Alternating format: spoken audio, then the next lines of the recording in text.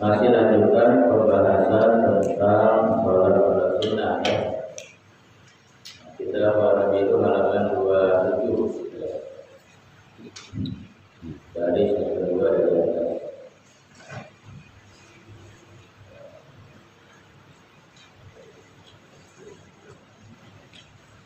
Sekarang lanjutkan sholat sunnah yang selanjutnya itu sholat istisqa ya.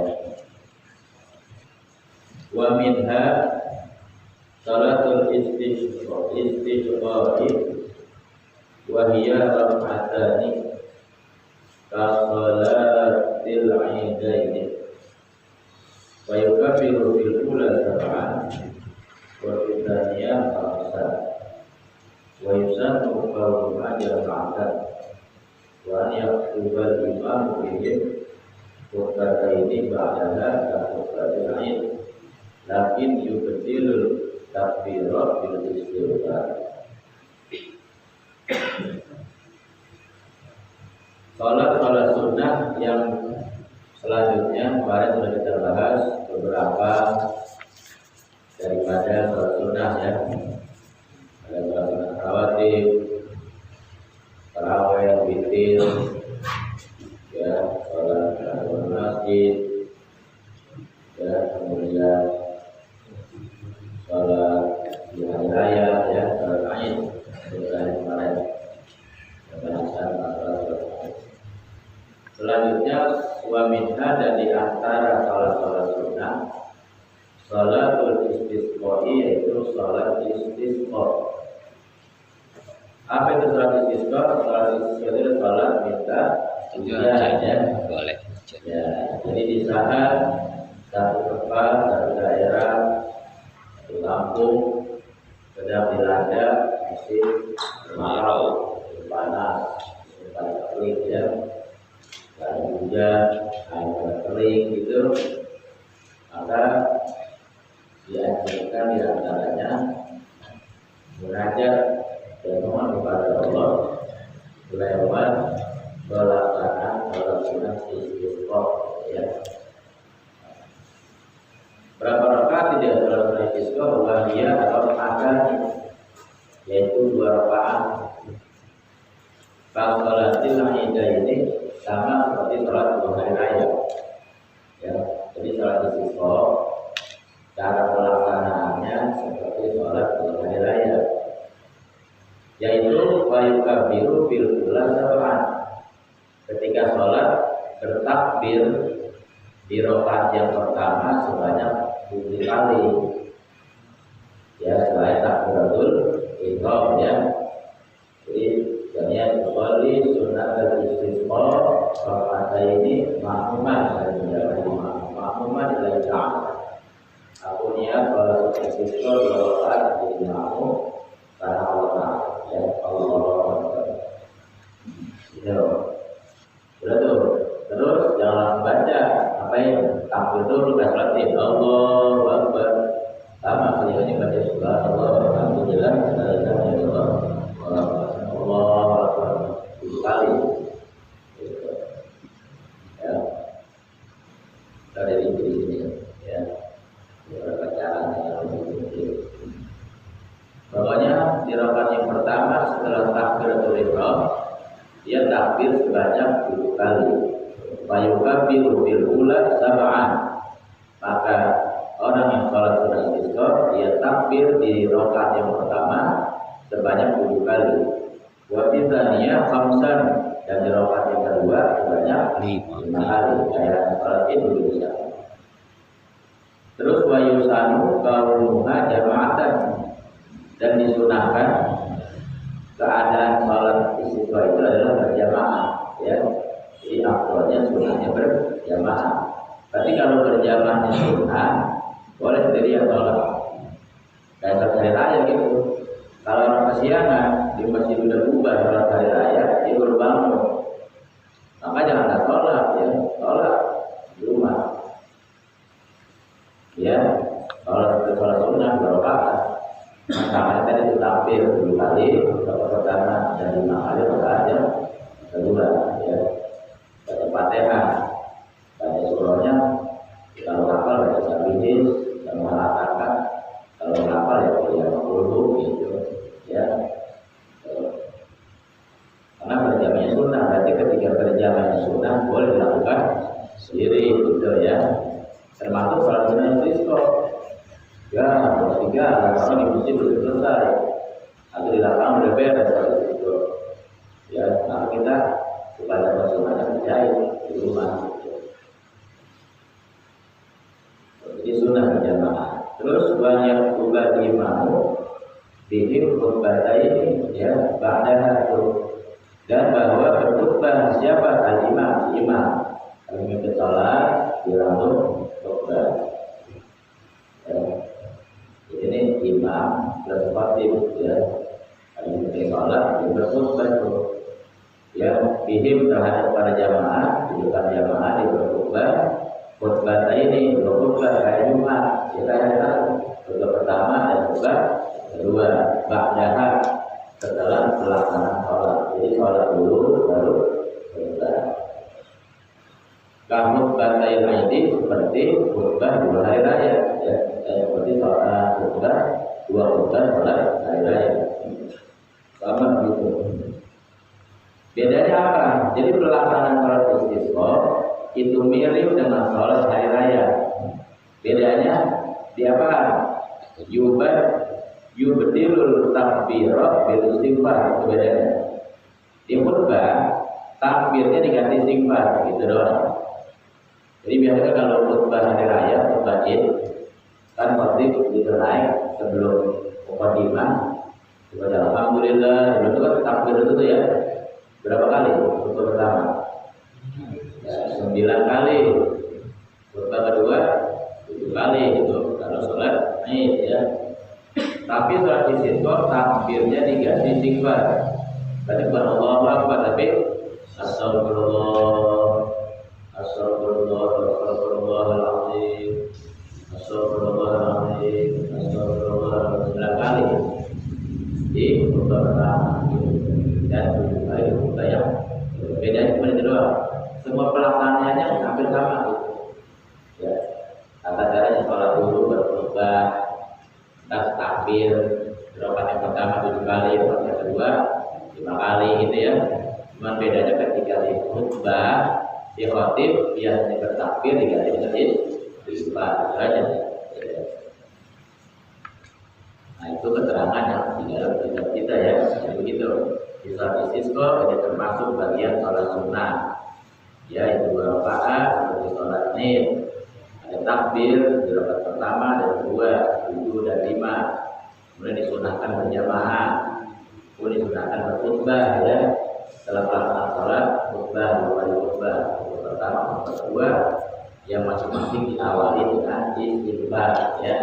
Kalau sholat hari raya dengan takbir, sholat istisqa dengan istighfar. Itu cara pembahasan dengan kita ya. Nah kemudian pelaksanaan lengkapnya ya. Di sini katanya cara pelaksanaan sholat istisqa itu ada 3 cara ya. Ada cara yang paling ringan, cara pertengahan, cara yang paling panjang ya, paling sempurnanya. Kalau sekurang-kurangnya sholat istisqa ya, itu kayak sholat apa? Sholat sunnah biasa ya. Tadi kayaknya kayak di rumah, kayak berjamaah. Sholat sudah 2 rakaat ya. Takbir biasa 7 kali ya. 5 kali ya, pertama dan kedua. Kalau sholat istisqa ya sama juga. Sholat boleh di rumah. Atau minimal kalau dia enggak sholat, boleh digantikan dengan doa. Ya, doa. Kalau dia sholat sendiri, ya supaya dapat sunnah khutbah gitu. Kalau sendiri mah kalau berkhutbah, ya sholat di rumah sendiri ya, kan pakai khutbah, ya sholat biasa gitu. Tapi kalau dalam istisqa supaya dapat kelengkapan dalam sunnahnya, dianjurkan membaca qunut nazilah. Ya, qunut nazilah itu adalah doa qunut yang dibaca di rakaat terakhir setiap sholat, baik sholat wajib maupun sholat sunnah. Ketika sekarang nih, sebenarnya kita tiap waktu ini dianjurkan qunut nazilah. Johor dia pun sholatnya, ya. Jadi ada qunut rotibah, ada qunut nazilah. Kalau qunut rotibah 2, sholat subuh sama sholat witir di pertengahan kedua bulan Ramadan. Ya, cuma ada qunutnya qunut rotibah. Kalau qunut nazilah itu ketika di satu tempat ada musibah, bencana termasuk wabah penyakit. Ya, jadi sebenarnya itu menjaga kita setiap sholat sekarang ini masa-masa ini, masa pandemi di sholat disunahkan apa? Baca qunutnya. Kalau nggak dibaca dalam qunutnya, dibaca di doa-doanya. Di antara doa qunut itu Allahumma rfa'na wal muslimin al-bala wal wabah wal bala wal muhsa wal muhsa wal syadari wal buka wal muhsa. Termasuk banyak doa qunutnya.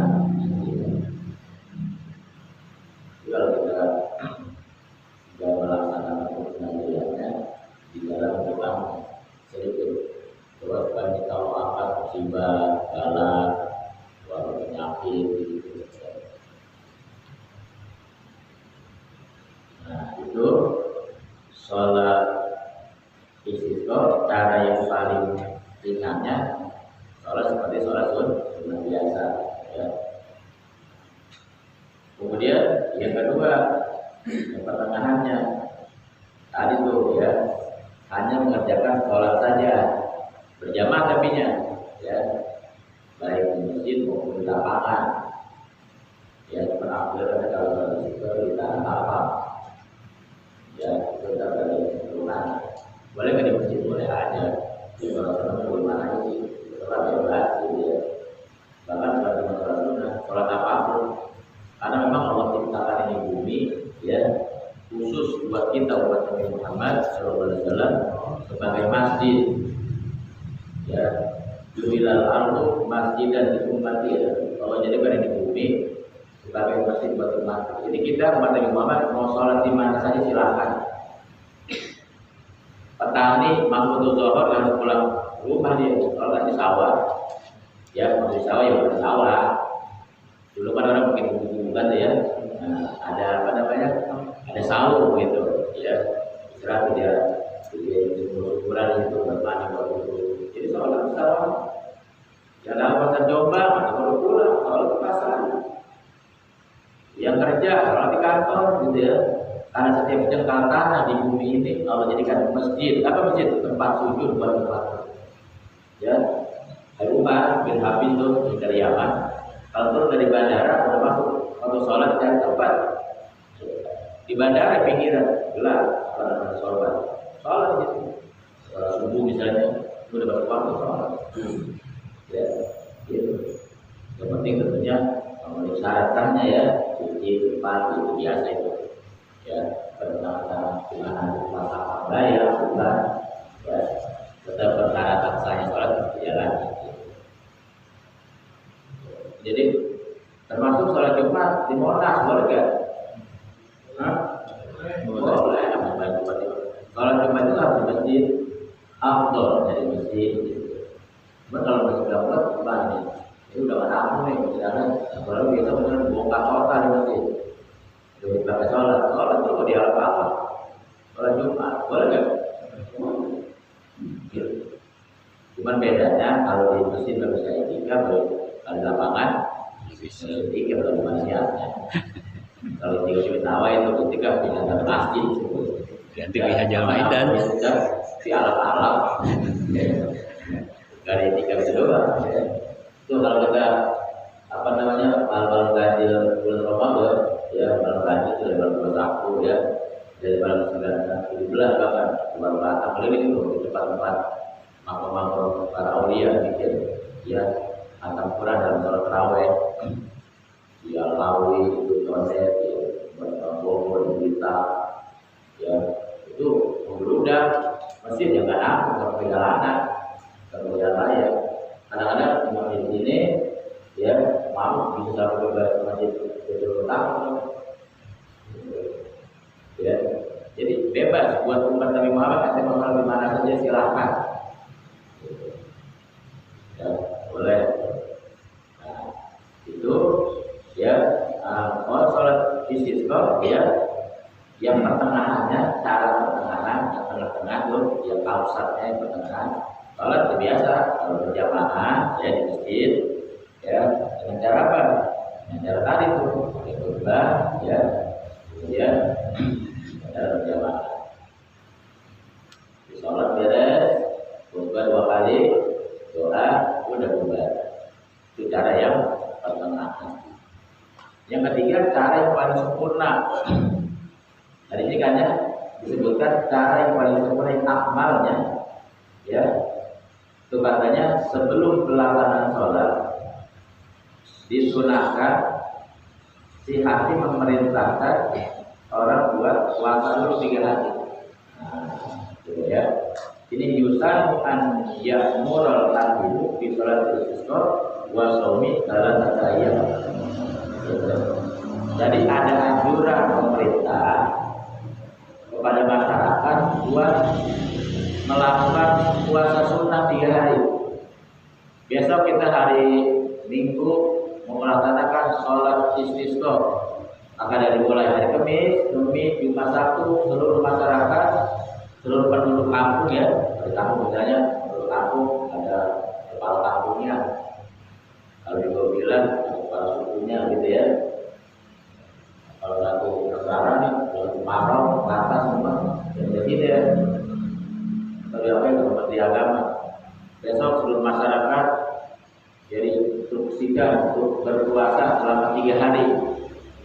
Ya, Kamis, Jumat, Sabtu, karena hari Minggu semuanya wajib melakukan sholat sunnah istisqa gitu. Jadi diwajibin sama pemerintah. Maka dulu tuh selama 3 hari. Nah, selama 3 hari itu sambil berpuasa, sambil apa? Bitaubah. Tuh, banyakin sholat sunnah taubat dan istighfar.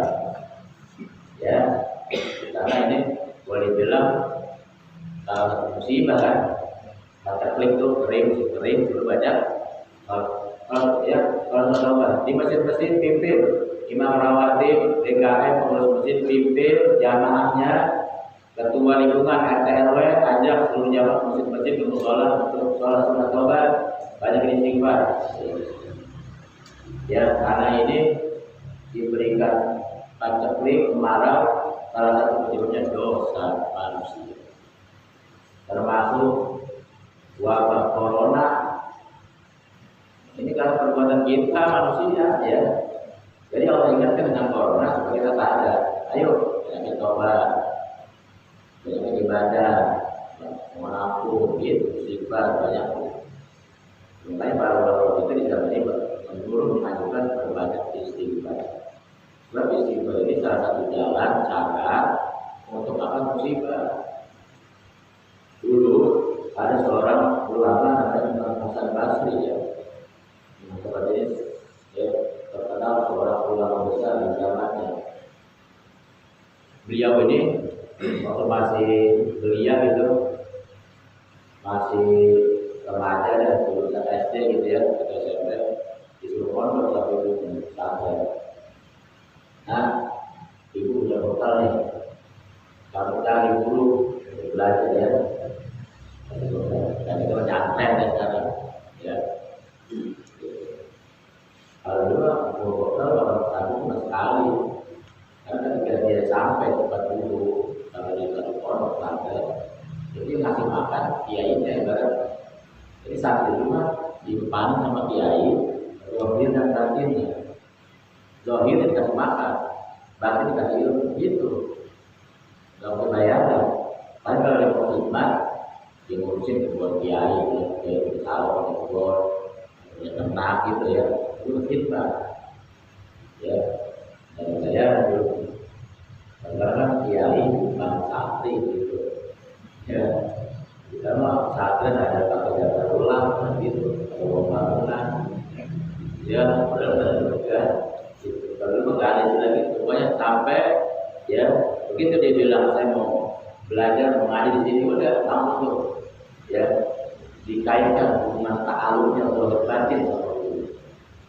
Mengenai batin dan bukan gurunya, lebih ada. Kalau bisa ada mondok. Adiknya jangan kau pulang sebelum jenggot panjang. Kira-kira dari bocah jenggot panjang berapa tahun itu? Sebelum jenggot panjang, sudah pulang kan? Orang rumah, tapi sama ibu sudah pulang. Kalau ada merasa dia belajar dia, sampai jenggot panjang, di jenggot panjang sekitar 30-an ya, 25 ke atas minimal gitu kan, udah jenggotan. Yang umur 10 tahun berjenggot, ya kan? Umur 15 tahun jenggotan panjang. Udah jenggotnya panjang, udah tumbuh, pun udah disuruh pulang sama gurunya. Pulang ke Jawa di kampung. Pulang, ya. Beberapa tahun pulang dari masih kecil ya, masih remaja, ada beberapa panjang pulang sampai beberapa tengokin, gitu ya. Begitu pulang tapi Assalamualaikum. Ibu, ini anak penasaran. Berpulang sebagai dari juga kita berbukan. Dilihatin, ini anak penasaran. Aku sudah belajar sesuai yang besar. Kenapa pulang harus jaga depannya? Aku punya jaga depan. Apa ibu? Sekarang kau pergi lagi.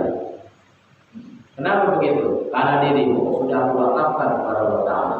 Dan karena wakaf tidak boleh diambil lagi. Pergi dakwah. Nanti kita ketemu lagi pada masyarakat. Ibu akan dikumpulkan pada masyarakat. Itulah kita akan bersama selama-lamanya. Dengan sebab enggak, ibu akan ditarik dengan diri umat Rasul. Dan kita baru menjadi akhirat aja. Sekarang kau pergi. Bu, tadi itu kamu udah pergi. Karena kau sudah jadi barang wakaf. Kamu tuh dijobrek gitu ibunya. Pasti dia, ya, kagak apa, udah turun. Kalau meninggal ketemu lagi gitu. Itu orang begitu. Dan punya anak wakafin buat agama. Ya, jadi kita kan ada begitu banget ya. Dengan anak mondok terus pulang biasa. Nanti kalau kita pulang gimana? Udah diwakafin. nggak pada kita, ya kan? Tuntut itu. Orang dulu begitu, ya. Jadi dia nggak punya apa-apa nih buat mewakafkan di jalan Allah, di jalan agama. Kalau punya tanah mungkin diwakafkan tanah kalau masjid gitu kan. Orang dulu kan, ya, memang apa sih? Ya, ada ibaratnya kalau besar punya bapak udah yatim, orang susah ya. Maka beliau berdoa sama ibu. Kata ibunya, kau pergi, jangan masuk ke dalam rumahku, karena kau sudah jadi barang wakaf. Aku wakaf menjadi kepada Allah Ta'ala, dan barang wakaf tidak boleh dikuasai, boleh diambil. Pergi sekarang, engkau dakwah di sana keluar. Sebarkan ilmu dan agama Allah seluas-luasnya. Nanti kita bertemu lagi pada manusia. Hebat ya? Aku gak kita begitu. Enggak. Sekali kita ngomong gitu Pak sama anak, niatin, ya Allah aku apa anakku buat agama, ini agama buat anak. Ya, gitu. Orang dulu begitu ya. Bahkan seperti anak nih, anak lu mondok 4 wali, itu wali punya anak 21 orang. Satu istri Umi ya, jadi Umi itu melahirkan anak 21 anak.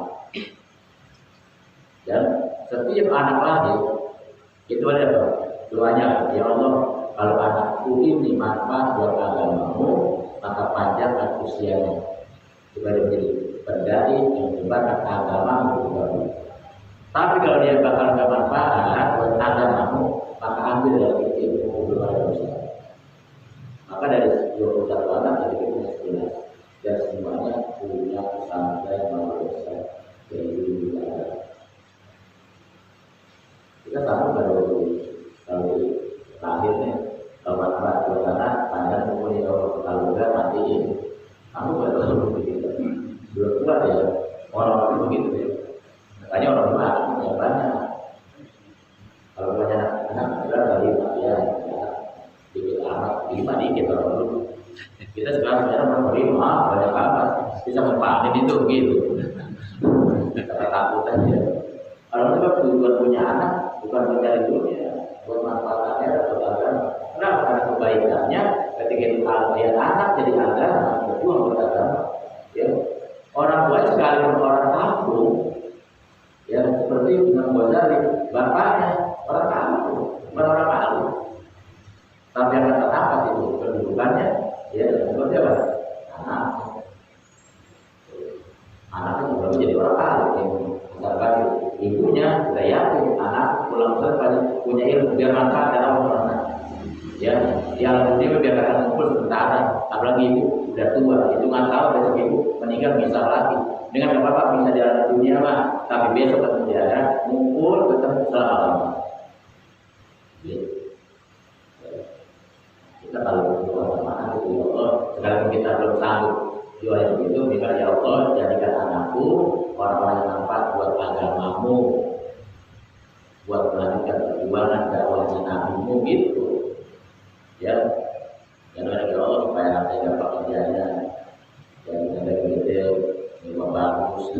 Itu mah perlu itu aja punya ilmu dengan dirinya itu bakal doain anak supaya manfaat buat agama. Minimal dia menjadi ahli ibadah dah. Dia buat dirinya dah nggak menjadi nggak punya dakwah buat orang. Minimal dia punya bekal buat dirinya. Jadi berarti kita melahirkan supaya manusia-manusia yang sujud di bumi Allah Ta'ala. Itu kebaikannya ada dalam kita. Nggak perlu diminta itu. Ya. Jadi si anak ketika melakukan sebuah kebaikan nggak perlu jadi ya Allah ketika melakukan ibadah tolong ya Allah pahalanya juga kirimin buat orang tua. Nggak pakai ngomong gitu. Udah secara otomatis langsung kontak anak ibadah pahala ngalir gitu. Anak berbuat dosa gara-gara bapak nggak bimbing, ya dosa juga ngalir bagian. Gitu. Ya. Nah ini Imam Hasan Basri ketika menjadi ulama besar beliau ya tidak nama tamu. Ya, di antara yang dulu nih, yang dulu kalau kampungnya lagi musim paceklik, marah. Ya Imam, kampung saya ini dilanda musim kemarau kering, ya gersang, air nggak ada. Tolong kasih doa buat saya orang-orang kampung saya supaya Allah berkati. Agar kasih istirahat. dirimu dan kasta orang-orang kampung suruh banyak istighfar. Istighfar ya, banyakin. Oh gitu. Istighfar dong ya, istighfar aja udah. Gak tinggal lain, banyakin lazimin baca istighfar. Orang kampung kasih tahu semua.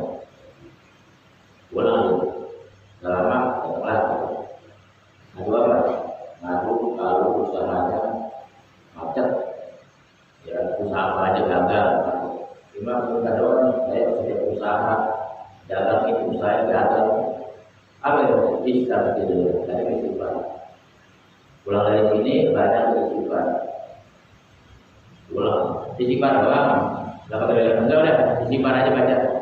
Ya banyakin. Lagi orang apa? Nikah udah lama belum punya anak. Sudah nikah nih, sudah 3 tahun, sudah lama belum punya anak. Apa? Istighfar dirimu dan istrimu kasih tahu di rumah. Mulai hari ini banyak istighfar. Ya udah, kita aja pulang. Udah lama, dan lagi petani. Ya, gagal dulu, yang kemarin gagal. Tanamannya dimakan hama dulu. Gagal panen dulu. Ada yang bisa istighfar banyak ya. Sambil panen, sambil tani, sambil macul, sambil ngelumpur, sambil garap sawah, sambil istighfar. Udah saya pulang. Di samping ada muridnya, perhatiin. Nanya, jadi Imam, itu orang bawa masalah beda-beda, tapi semua dikasih baca istighfar. Ya, oh nggak dikasih yang lain gitu ya, yang tadi apanya takutnya kemarin istighfar, yang belum punya anak istighfar, yang masuk di dulu istighfar, termasuk yang petani yang gagal panen istighfar. Kok semuanya disuruh istighfar? Iya, memang tadi jawabanku sesuai dengan Quran. Apa kita baca Al-Quran surat Nuh ketika Nabi Nuh didatangin sama kaumnya ngeluh seperti keluhan yang tadi. Kata apa? Kata Allah Subhanahu Fakul tustaghfiru rabbakum innahu kana ghafara. Fakul tustaghfiru rabbakum, hai umatku, hai kaumku, hai pengikutku, istighfar kalian kepada Allah. Banyak istighfar kepada Tuhan kalian. Kenapa? Innahu kana ghafara. Pertama istighfar itu fungsinya buat menghapus dosa. Karena Allah Maha Pengampun. Nah, kalau kita merasa banyak dosa, tiap hari jangan kosong dari istighfar. Minimal di sholat 3 kali. Nabi dulunya begitu ya. Kita selalu istighfar minimal 3 kali. Nabi aja nggak punya dosa. Ada Nabi intilah astagfirullah fil yaumi ya sab'ina marrah. Kalau riwayatnya ya mi'ata marrah. Sungguh aku ini setiap hari istighfar sama Allah 70 kali. Dalam riwayat yang lain 100 kali. Itu Nabi yang maksud nggak punya dosa atau batin istighfarnya mah begitu banyak. Lagi kita ya kita kosong. Ya pagi siang sampai malam tidak ada baca istighfar karena kita bukan ghafar Allah Maha. Di antara wasilah kata supaya kita dihapus banyak istighfar. Yang kedua, tadi ada orang anu kampungnya bilangnya baca tuh. Kalau dia baca istighfar bismillah rabbakum maka yursilis samaa alaikum midrara. Nanti saya akan dikirim di atas kalian hujan yang lebat midrara. Yursilis samaa alaikum akan kirim dari langit hujan yang lebat. Kalau dia pulang ke orang kampungnya istighfar memperbanyak istighfar akan kirim hujan sama Allah. Yang saya maksud ya, yang usahanya maksud tadi ya wa yumditkum bi amwalin kata Allah ya wa yumditkum niscaya akan dianugerahkan terhadap kalian bi amwal menggunakan jamak amwal dari malun kata amwal kata-kata akan dicurahkan dianugerahkan kepada kalian harta-harta yang berlimpah. Tadi punya susah usahanya macet banyak yang susah. Nah kita juga nggak bisa. Saya punya buku ada judulnya mustahil hidup tanpa istighfar. Bukunya itu. mustahil hidup tanpa istighfar. Jadi artinya tiap hari wajib kita sebenarnya banyak istighfar. Ya karena kita orang biasa, orang awam lebih banyak dosa dan kesalahan ketimbang kebaikan, maka kita harus tutup kesalahan kekurangan tadi dengan memperbanyak istighfar. Ya. Yang belum punya anak tadi, wa yudikum bi amwalin wa banin. Kalau mengurangkan kepada kalian, wa banin juga jamak bentuk. Ya, benar, jamaknya banin, anak-anak keturunan. Makanya dalam sebuah kitab dijelaskan sama ulama kalau orang belum punya anak di antara cara-caranya suami istri yang berbuat istighfar minimal setiap hari jangan kurang dari 300 kali istighfar. Berapa? 300 kali. Kita kalau punya saudara, yang di modal apa punya anak, kita keluar dengan istighfar setiap hari. Suami istri tapi 300 kali istighfar. Habis istighfar 300 doa, ya Allah, sesuai janjimu dengan wasilah beristighfar kepadamu, karuniakan anugerah kepada kamu anak sedikit yang soleh dan soleh. Sebab ya, sudah banyak Pak itu. Ya, ini jamaahnya nih di Sasak kami dulu dia udah nikah berapa 10 tahun, dia punya anak dan masih cara dua itu banyak istighfar sama sedekah sebelum sholat subuh. Nah, dan itu kalau bisa ya bukan sebelumnya doang siapapun.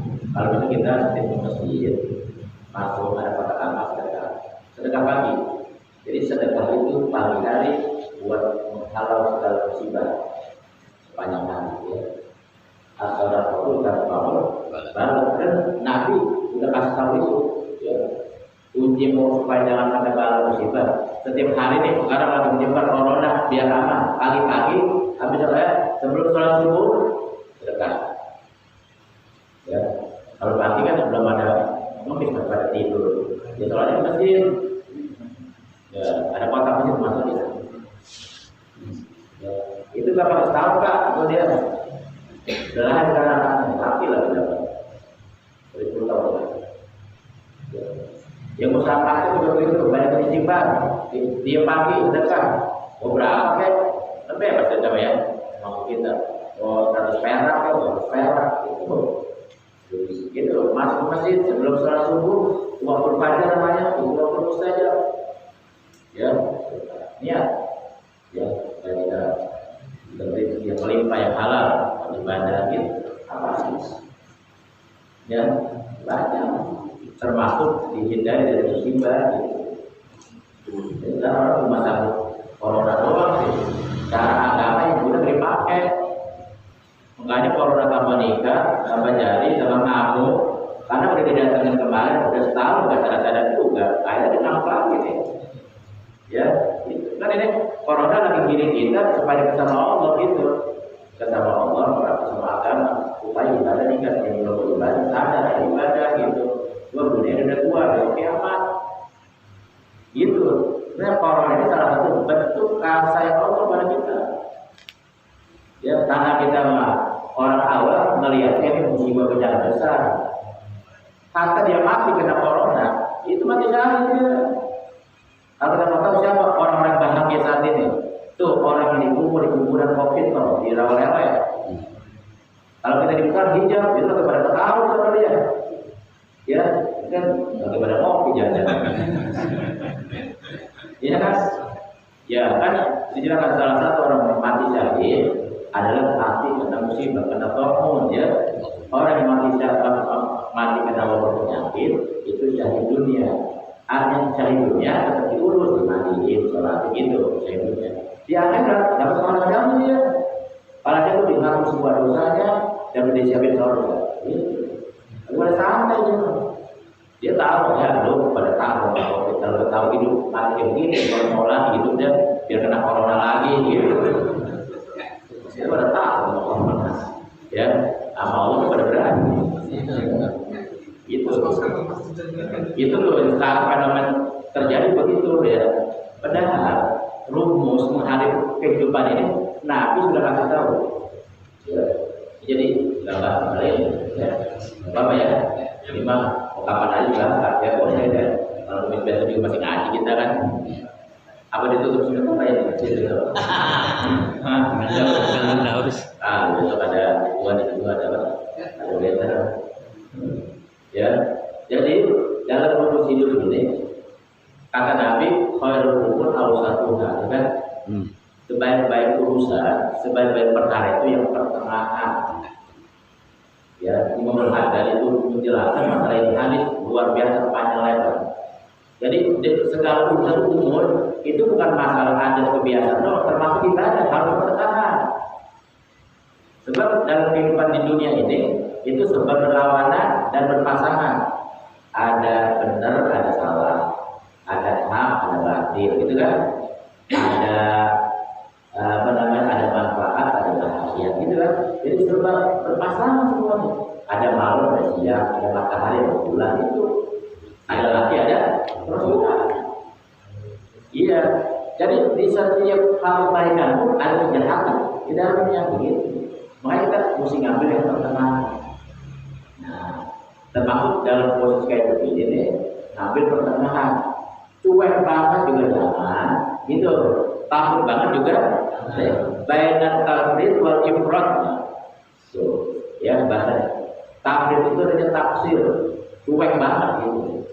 Lagi musim pandemi begini cuek banget juga jangan. Nekat namanya kan. Tetap dia disuruh pemerintah yang baik yang bagus pakai. Prokes namanya kan gitu. Ya pakai masker, baru masker. Sholat pakai masker sah nggak?